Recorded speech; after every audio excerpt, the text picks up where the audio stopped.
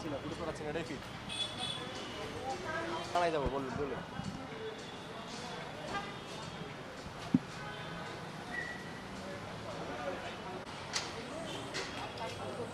আলোচনা খুব সুন্দর হয়েছে।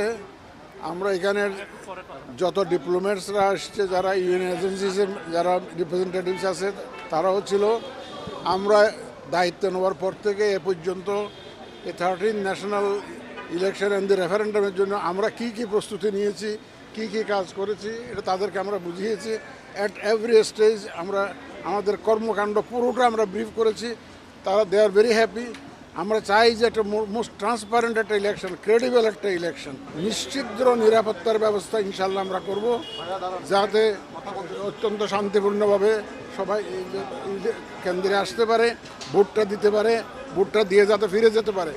আমরা ইনশাল্লাহ আমরা এখানে যে আর্মি ডিপ্লয় করব, বিজিবি ডিপ্লয় করব, র্যাব ডিপ্লয় করব, আমার এই যে নৌবাহিনী, বিমান বাহিনী, তারপরে answer, all the huge deployment will be there.